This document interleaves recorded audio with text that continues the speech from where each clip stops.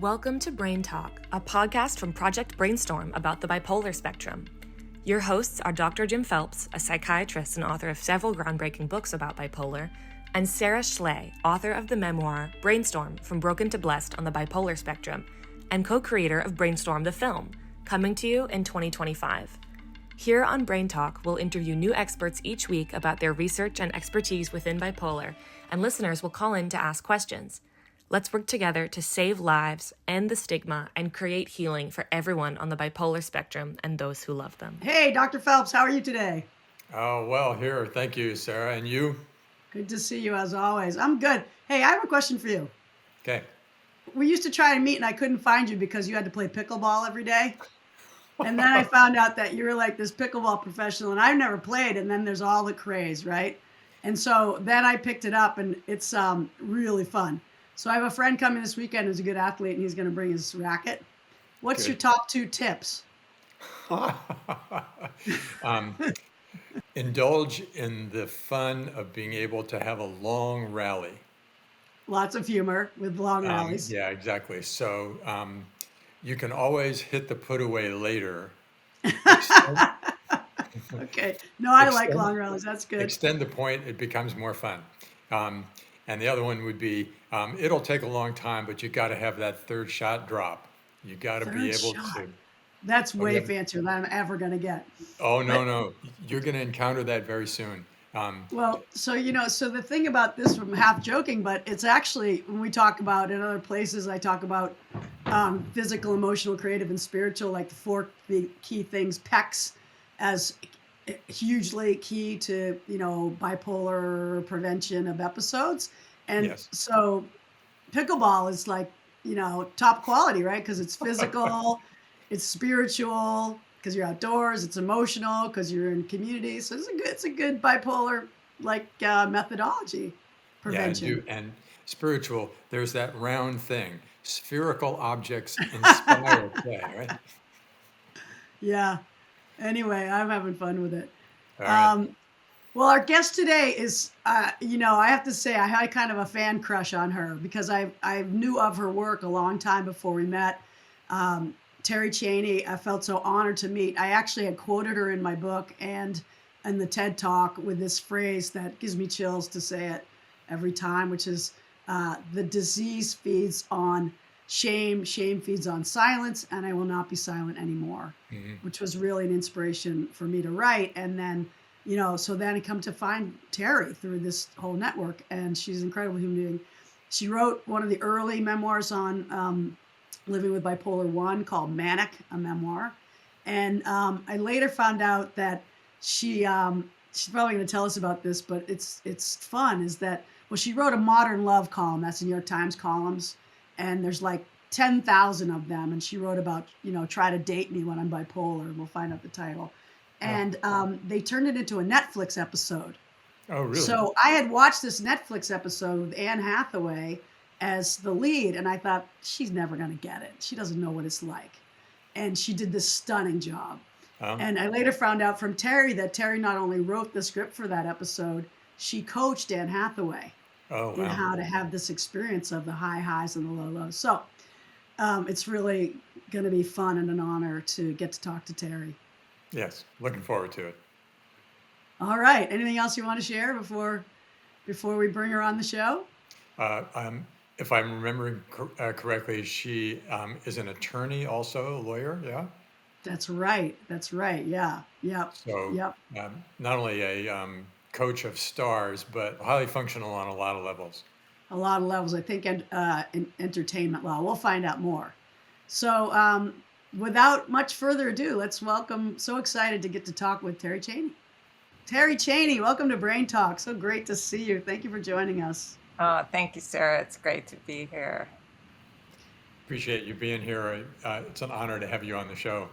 Thank you. Should I call you Dr. Phelps or Jim? Jim is good, please. Thanks. Thanks, Jim. Yeah. So Terri, before you came on, I was saying that, I kind of had a fan crush on you because somewhere reading your book, Manic, the phrase that stuck so strongly with me is something I've quoted ever since. The disease feeds on shame feeds on silence, and I will not be silent anymore. Yes. Can you tell us a little bit about the genesis of that quote and when you came to that? That was one of those quotes that summed up the whole journey for me. Once I got out of the shame, I began to heal. And I think that's what it took for me to really realize that I'm entitled to self-compassion for my illness and what I've been through. Entitled to self-compassion. That's a nifty phrase unto itself. Did you coin that too? No, but it's the heart of my current book, which is about dual diagnosis, having a substance abuse disorder and also mental illness. Self-compassion is critical for me because it's not really taught in the 12 steps. It's when I had to find out for myself that this is a hard road and you're a good person for going through it as well as you did. Absolutely. I used to say we deserve a badge of courage along with everything else. Or maybe, maybe you said that. I think Carrie Fisher said everybody deserves a badge of honor. Along with the medications.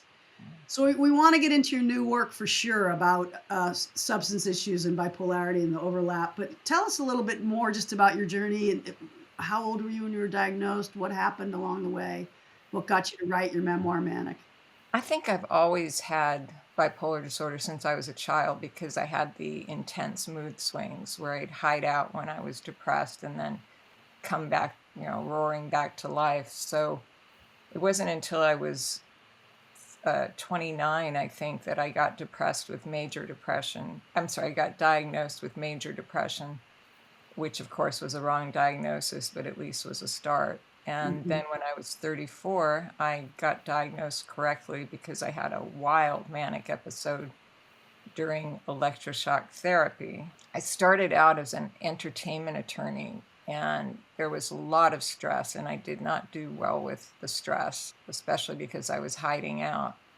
I never told anybody about my illness, and I just couldn't face the possibility of being fired or ostracized. So it wasn't until 2000, when I was hospitalized for severe depression, that I began writing about my illness. And 7 years later, I emerged with a book, Manic, which hit the New York Times bestseller list and just changed my entire life. So I really had to write that book in order to survive. It wasn't just a happenstance. It was absolutely necessary for me.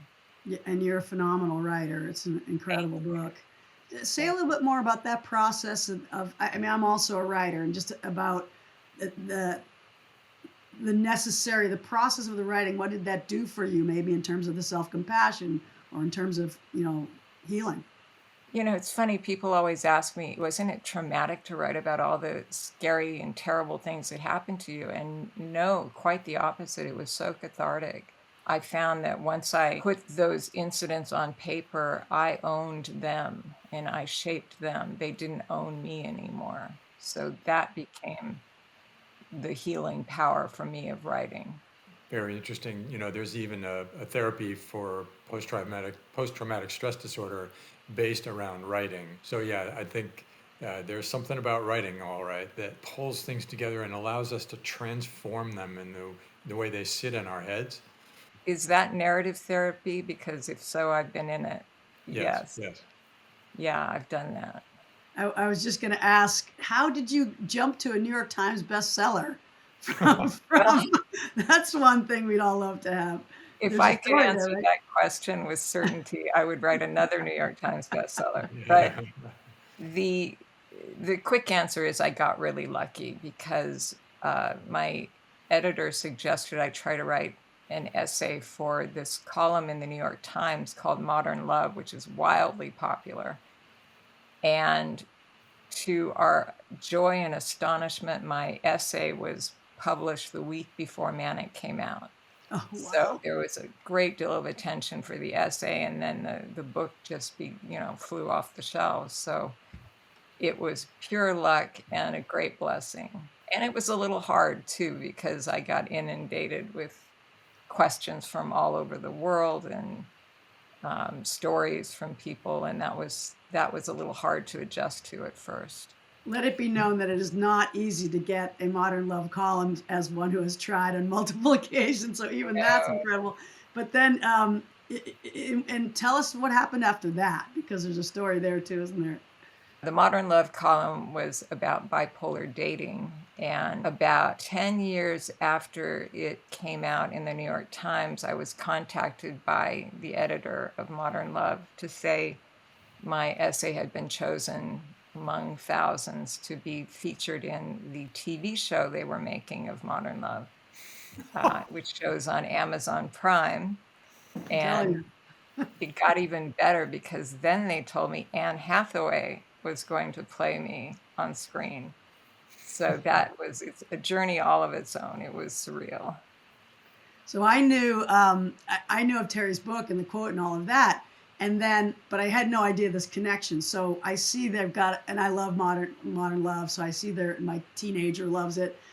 I see they're doing an episode on bipolar, and I'm like, no way. I mean, there's no way that this actress Anne Hathaway, who never had this experience, is gonna get it, right? And Jim, have you seen the episode? No, I have not.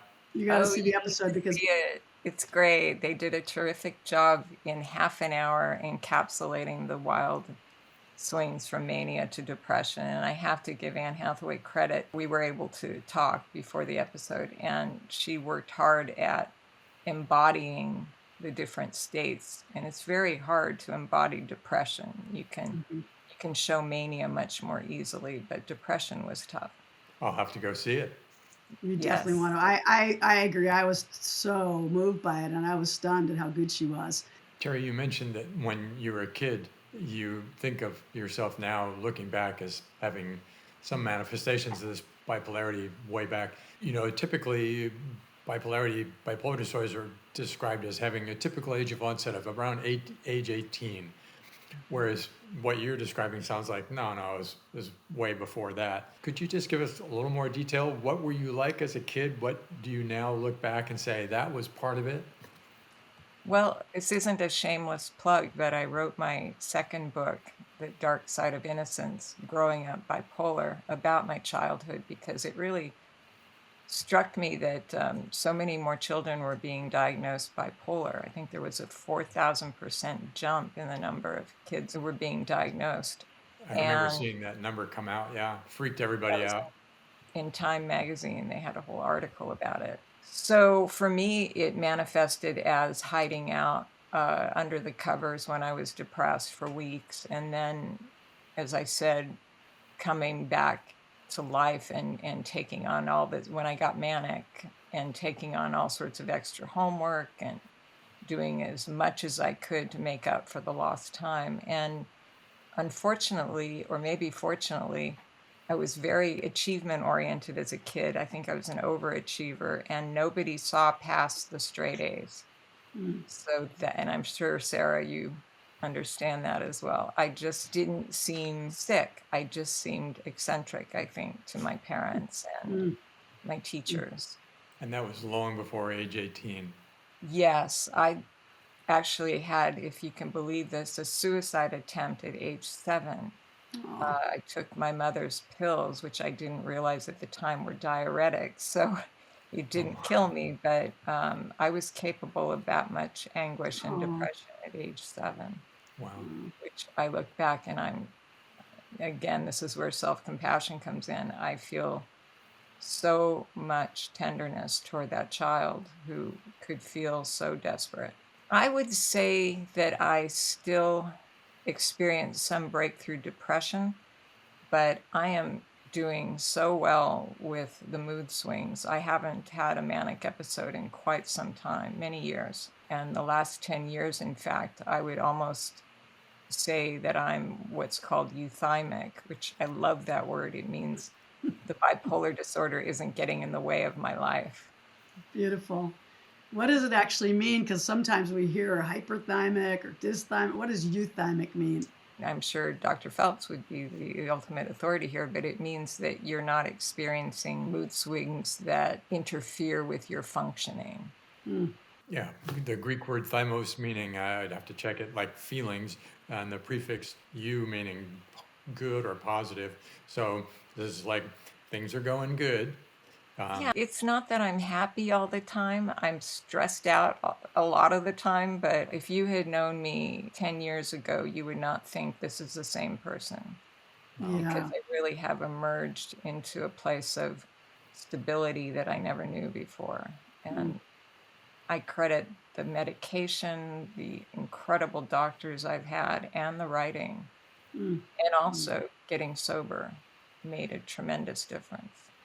So that's a perfect segue because you also credited getting sober, and I believe your current work, you're working on a book about that, right, Terry? About the overlap or coincidence or comorbidity of substance abuse and bipolarity. Is that accurate? That's Or would you that's disagree? correct.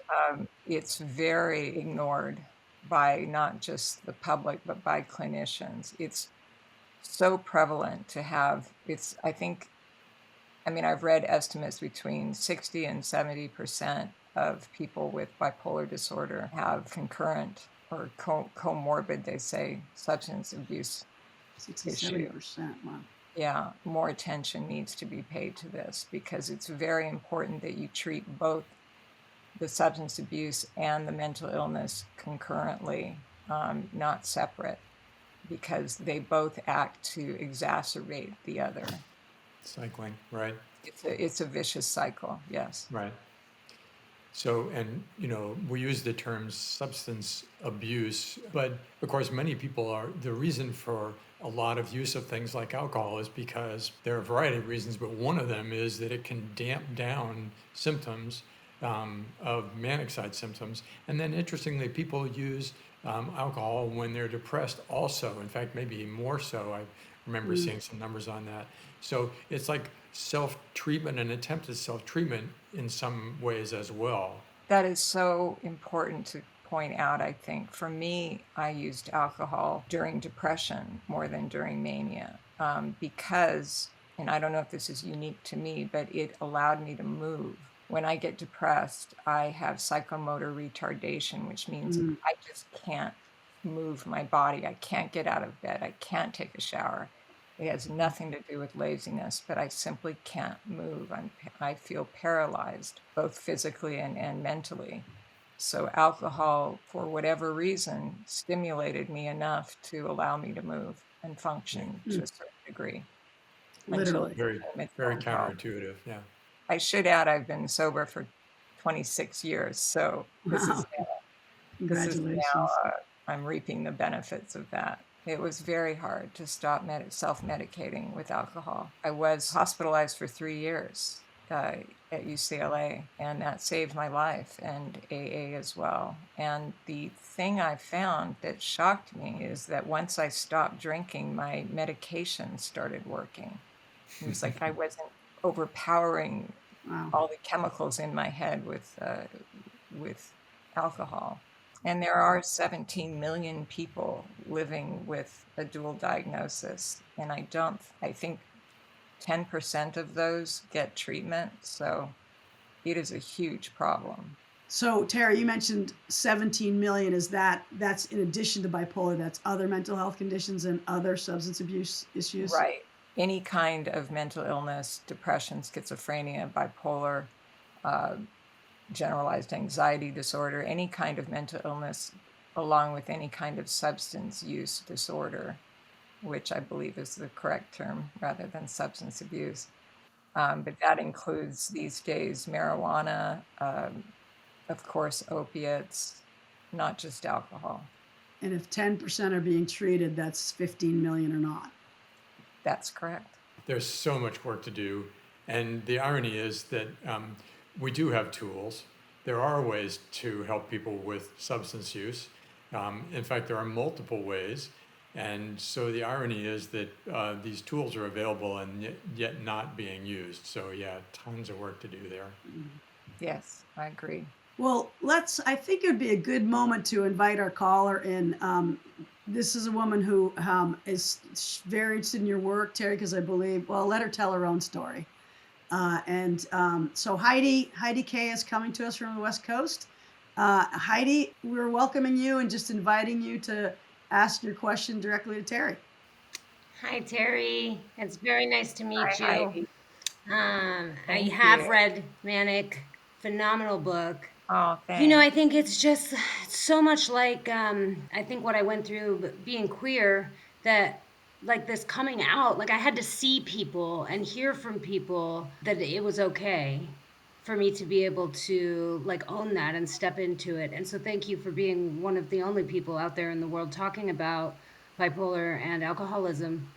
It is hard to find dual diagnosis information and people sharing about their experience. I really just appreciate it. Super courageous. And one of the Thank you. biggest things that I wanted to ask you about is I'm struggling with trust because I so severely breached my trust with myself when I relapsed right after my son was born. That went into a 6-month manic episode that resulted in a hospitalization, that resulted in, I mean, I did a lot of things during that time, but I broke trust with myself and I'm having a really hard time getting it back. And I just wanted to know if you could speak to that. Wow, that is quite a story. Relapse is, I'm sure you've heard this, part of the illness. I had 5 years and relapsed, and I think it's important to remember that you still have the time and what you learned when you were sober before you relapsed. You still have that time under your belt. I think what helped me learn to trust myself again was getting stable on my bipolar disorder. It allowed me to trust that I could say I was going to do something and then follow through. I was going to show up as promised. Those were all things that as an alcoholic, I could not do. And certainly bipolar disorder, when it was flaring up, it was very difficult to do those things as well. So just learning to live a stable life again gradually led to me trusting myself and my aspirations and my promises. That's really lovely. I my standard that I'm holding myself to is before diagnosis. Not that I didn't have bipolar before, but I think birth, or I'm told, it fully expressed the gene. Like the gene came, out flamboyant and ready to rock, and really took me out. I think of myself as two people, the one that did those things and then the one that overcame that challenge. Those are my Wow. two selves. I was constantly late as an alcoholic. I mean, constantly. And then when I got sober, I was never late again, and I never will be unless there's an earthquake or something. Because it's so, the respect that you have for yourself is so important, and you get that by doing things right. As I write in Menace to Society, it isn't sobriety that changed me as much as character development. I had to do more than just get sober. I had to learn how to be a good person again. Yeah. That's hard, and that's necessary. Yeah. That's really so. Sobriety is a prerequisite to doing Sobriety the is work of necessary being a good first. person, and that in turn helps you, return the faith that you have in yourself that you can Right. be a good person, like Heidi's saying. We're talking about timing, and these two things are happening at the same time, the bipolar issues and substance use issues. But Heidi, first of all, I appreciate your courage in being here and sharing this story with us. And I'm also listening, we use this word relapse as, it's typical to use the word in the description of return to substance use after having been sober. But in that context, I guess it has this pejorative, oh, gee, you had it and then you lost it. You did something wrong because you must have, because you've relapsed, right? Whereas your experience was in the context of postpartum after giving birth. And so it's almost as though we shouldn't be using the word relapsed for what happened to you, because there was this trigger, right? So I'm just inviting us all to think about relapse in the context of bipolar disorder is kind of different, maybe even like deserves a different term, than relapse without the bipolarity and mood instability in the background. I love that, Dr. Phelps. I used to think that I was an alcoholic that now was diagnosed with bipolar, and over the course of the past year, that has really changed to that alcoholism has been a symptom of untreated bipolar. And I don't know, I was going to ask you to speak to that. So if you both, I want to, yeah. That's a real chicken and egg question for me. Which came first, the bipolar or the alcohol? But I think it was the bipolar for me. I didn't start drinking heavily till I was 16, but as I said, I was bipolar before that, in my opinion. Well, Heidi, I want to thank you for coming on the show and reflect back that you're an incredible human being and brave and beautiful, and just want to send a lot of compassion Thank you, your Sarah. way. And maybe you'll come back. We're going to have Dr. Crystal Clark all about postpartum and bipolar in a few weeks. So that whole information is huge. We've been learning so much about it. Yeah. So yeah, as Dr. Phelps said, that's a trigger. So thank you Thank for being very with us. much. Oh, Nice to see you again, Dr. Good luck, Phelps. Heidi. It gets better and better. I'll hold on to that. Gets better and better. Amen. Woo! That's really, really something. You've done amazing work, Terri Cheney. Thank you. Yeah. And it has been work, but there's a lot of irony and humor in being alcoholic and bipolar. I mean, you find that life can be just so out there that it's funny. Maybe in retrospect. Yeah. Always in retrospect, yes. Like you said, through your writing, you take control of the narrative. Well, I'm excited to read the new book. When is it due? Do we know? Does it have a publication date? Well, I'm rewriting the ending right now, so it hasn't, my agent has read it, but it hasn't gone into the publication process. So soon, I hope. Okay, let us know. I'm excited to read it. Thank you. Anything else you would like to share with us today? I just want people to have some hope. I did not have hope for such a long time. And again, if you can get sober and you can take your meds and you can go to therapy and do all the hard work, it does, as I was saying, it does get better and better.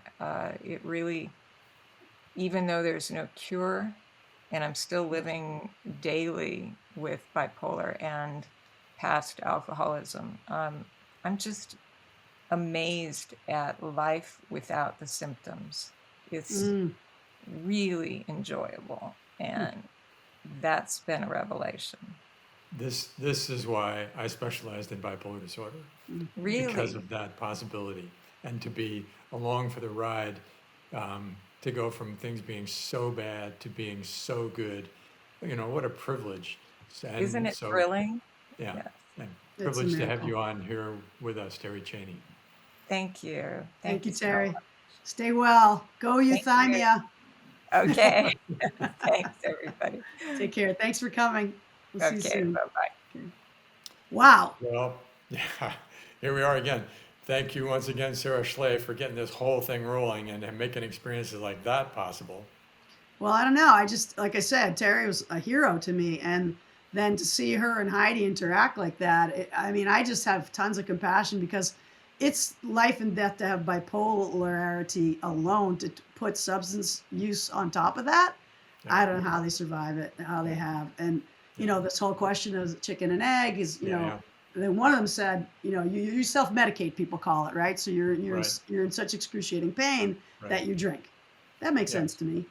Yeah, and then that's making things worse. So you're self-medicating, but you're making it worse at the same time. Loop, right? Right, exactly. Anyway, I'm so grateful she's doing well, and Heidi's doing well. There's working the program, as I think you would say, and I can't wait to read the book. Yeah. There's a lot to explore there, where you go, oh wow, this Terri Cheney, she's amazing. I didn't know this, that. I gotta at least go see Anne Hathaway portray Yeah, Terri I want to Cheney. watch it again tonight. You're gonna want to watch it. It's very good. Yeah. Go ahead and watch it. Let me know what you think. We can talk again Okay. next week. Yeah, good. All right, Jim. What are you off to? Something Choir fun? practice. Choir practice. Oh, it's choir. All right. Enjoy. Thanks so much. Thank you. See you next week. Thanks so much for joining us on BrainTalk, our bipolar spectrum podcast. BrainTalk is a program of BrainStorm, a multi-platform project about the bipolar spectrum, which includes Sara Schley's memoir and a full-length documentary coming in 2025. We aim to save lives, crush stigma, and maximize healing for all people living with bipolar and those who love them. For more information, head to www.brainstormthefilm.com. To call in to a future episode and ask questions, go to brainstormthefilm.com/podcasts.